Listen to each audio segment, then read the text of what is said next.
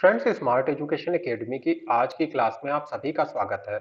देखिए, औद्योगिक भूगोल के अंतर्गत हम लोगों ने अपनी पिछली क्लास में डीएम स्मिथ के सिद्धांत को देखा था। ये सिद्धांत बताता है कि वो कौन से स्थान होते हैं जो बिजनेस के लिए या फिर जो किसी इंडस्ट्री को लगाने के लिए सबसे ज्यादा ऑप्टिमल या सबसे ज्यादा अच्छे होते हैं। अच्छे से मतलब क्या है? जहां पर प्रॉफिट सबसे ज्यादा होगा। उसके बाद इन्होंने कुछ ऐसे भी स्थानों को बताया था जिनको कहते हैं सब ऑप्टिमल। एक तो हो गए ऑप्टिमल। ऑप्टिमल मतलब मैक्सिमम प्रॉफिट। सब ऑप्टिमल कौन से होते हैं? जहां पर इतना अधिक प्रॉफिट तो नहीं होगा लेकिन फिर भी इतना प्रॉफिट होगा कि आप इंडस्ट्री अच्छी तरीके से चला सकते हैं।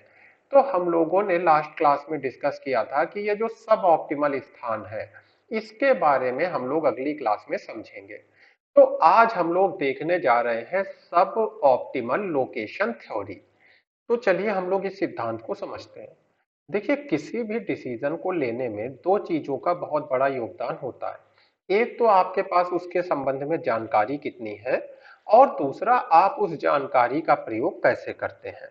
उदाहरण के लिए, आप अगर यूपीएससी की तैयारी कर रहे हैं या किसी भी एग्जाम की तैयारी कर रहे हैं, तो आपके पास इंफॉर्मेशन होना चाहिए कि इसका सिलेबस क्या है, पिछले कुछ वर्षों में इसके एग्जाम का पैटर्न क्या रहा है, किस तरह के क्वेश्चन आए हैं।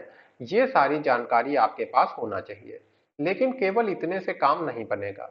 आपको ये भी पता होना चाहिए कि इस इंफॉर्मेशन का, इस जानकारी का इस्तेमाल करके आप अपनी परीक्षा की रणनीति कैसे बनाएं।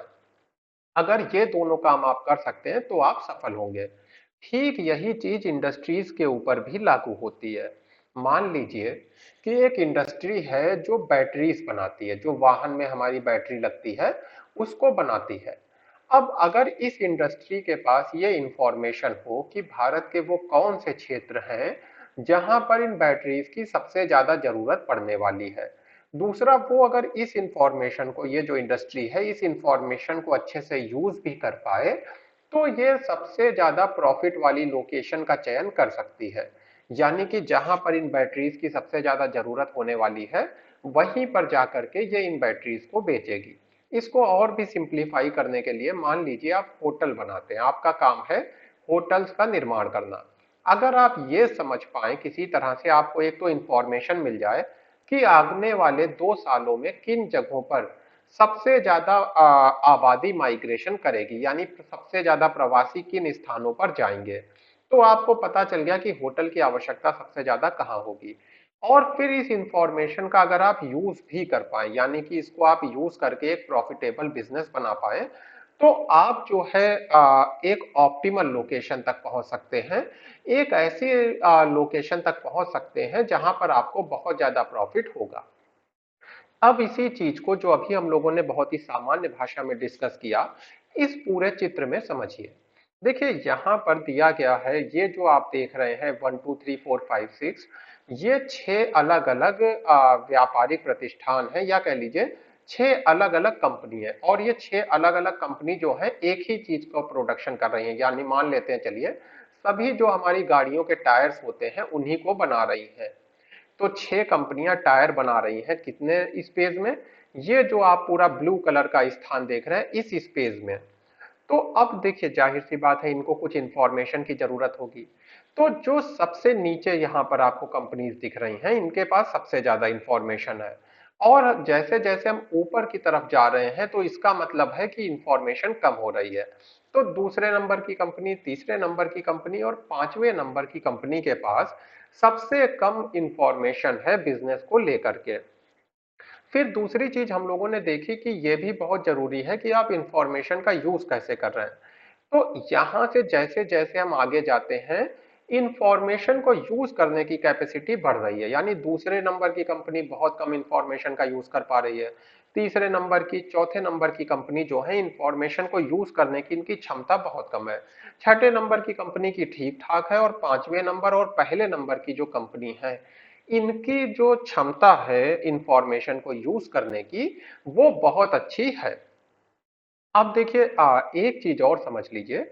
ये नीचे जो क्लाउड जैसे आप बने देख रहे हैं, ये क्या है? यहाँ पर ये बेसिकली वो स्थान है जहां पर अगर आप व्यापार करते हैं तो आपको प्रॉफिट हो सकता है। हम लोगों ने पिछले क्लास में देखा था कि एक सीमा होती है जहां तक आपको प्रॉफिट हो सकता है, और उस सीमा के अगर आप बाहर चले जाएंगे, मान लीजिए ये सीमा है और इसके बाहर जब आप व्यापार करेंगे तो आपको नुकसान होगा, क्योंकि आप बनाएंगे महंगे में, बेचेंगे सस्ते में, तो आपको नुकसान होगा। तो ये वही सीमा है जहां तक आप कोई कंपनी प्रॉफिट कमा सकती है। अब देखिए इस चित्र के माध्यम से समझते हैं। देखिए सबसे पहले आपके सामने नंबर वन पे एक कंपनी है। ये कंपनी बहुत ज्यादा प्रॉफिट कमा रही है, जिसको हम लोग कहते हैं लीडिंग इंडस्ट्री है। ये लीडिंग इंडस्ट्री है और एक ऑप्टिमल लोकेशन पे, अभी ध्यान रखिएगा, सब ऑप्टिमल लोकेशन पे नहीं है, ये एक ऑप्टिमल लोकेशन पे लगी हुई इंडस्ट्री है। इसकी खूबी क्या है? इसकी पहली खूबी है कि इसके पास इंफॉर्मेशन बहुत बड़ी मात्रा में उपलब्ध है। हम लोगों ने कहा कि नीचे जो कंपनीज हैं उनके पास इंफॉर्मेशन ज्यादा है और जितना ऊपर जाएंगे इंफॉर्मेशन कम होती जाएगी। दूसरी इसकी बड़ी चीज क्या है कि इसके पास यूज करने की, इंफॉर्मेशन को यूज करने की क्षमता भी बहुत ज्यादा है, इधर को आने पर क्षमता बढ़ती है। तो ये जो नंबर वन की कंपनी है, इसकी क्षमता भी बहुत ज्यादा है इंफॉर्मेशन को यूज करने की। तो इन दोनों चीजों का जो कॉम्बिनेशन है वो इसको एक बहुत प्रॉफिटेबल लीडिंग इंडस्ट्री बनाता है। एक चीज बीच में ऐड करूंगा, देखिए ये बिहेवियरल यानी कि व्यवहारवादी सिद्धांत है। इसमें मनुष्य को केवल आर्थिक प्राणी मानकर नहीं देखा जाता है। इसमें माना जाता है कि हर मनुष्य अपने आप में डिफरेंट है, या मनुष्यों का जो एक ग्रुप है वो अपने आप में डिफरेंट है। मैनेजमेंट हर कंपनी का अलग अलग तरीके का होता है, और इसकी वजह से हर कंपनी के पास इंफॉर्मेशन और उसको यूज करने की जो क्षमता है वो भी अलग अलग होती है। और इसकी वजह से अलग अलग इंडस्ट्री अलग अलग लोकेशन का चुनाव करती हैं। तो याद रहे ये बिहेवियरल थ्योरी है और इसमें मनुष्य को केवल आर्थिक प्राणी के रूप में नहीं देखा जाता है। अब देखिए नंबर दो की जो कंपनी है, ये वाली जो इंडस्ट्री है, इसके पास एक तो देखिए इंफॉर्मेशन बहुत कम है, और उसको यूज करने की इंफॉर्मेशन को जो थोड़ी बहुत है क्षमता भी बहुत कम है।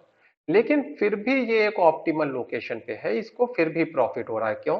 क्योंकि बिहेवियरल सिद्धांत है, व्यवहारवादी सिद्धांत है, तो ये कह रहा है कुछ मात्रा में लक भी काम कर सकता है, व्यक्ति का जो भाग्य है, इंडस्ट्री का भाग्य है, वो भी काम कर सकता है। मान लीजिए कुछ ऐसे आर्थिक फैक्टर हैं जिसका इसको फायदा मिल गया अनजाने में ही, रॉ मटेरियल बहुत सस्ते में मिल गया, या कोई भी ऐसा कारण जिसकी वजह से ये एक अच्छा खासा प्रॉफिट कमा रही है। जबकि अगर लॉजिकली देखें तो इसको उतना प्रॉफिट नहीं कमाना चाहिए। आप देखिए नंबर तीन की इंडस्ट्री भी लगभग उसी पोजीशन में है। इसके पास भी इंफॉर्मेशन कम है और उसको यूज करने की क्षमता भी कम है, और जैसा कि होना चाहिए ये लॉस में है, यानी कि जल्दी ही ये बंद हो जाएगी। अब हम लोग आए अगर नंबर चार की इंडस्ट्री पे, तो इसके पास देखिए क्या है, इंफॉर्मेशन बहुत ज्यादा है, उसको यूज करने की क्षमता कम है, इसलिए ये प्रॉफिट तो बना रही है, इंफॉर्मेशन का इसके पास भंडार है, इसलिए प्रॉफिट तो बना रही है, लेकिन उतना प्रॉफिट नहीं बना रही है जितना ये बना सकती है।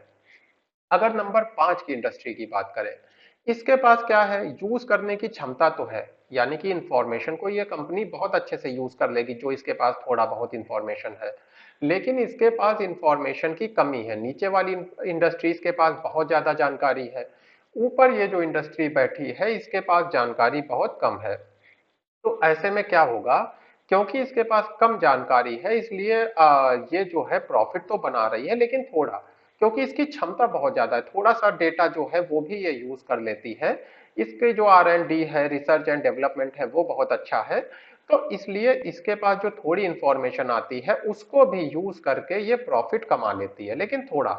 अच्छा नंबर छह की जो कंपनी है, ये एक कह लीजिए कॉन्टिन्यूसली प्रॉफिटेबल स्टेट में है, क्योंकि इसके पास थोड़ी इंफॉर्मेशन भी अच्छे मात्रा में है, यानी कि कह लीजिए मिड लेवल में है, और इसके पास जो इंफॉर्मेशन को यूज करने की क्षमता है वो भी मिड लेवल में है, यानी कि ठीक ठाक यूज कर लेती है इंफॉर्मेशन को, ठीक ठाक इंफॉर्मेशन इसके पास अवेलेबल भी है।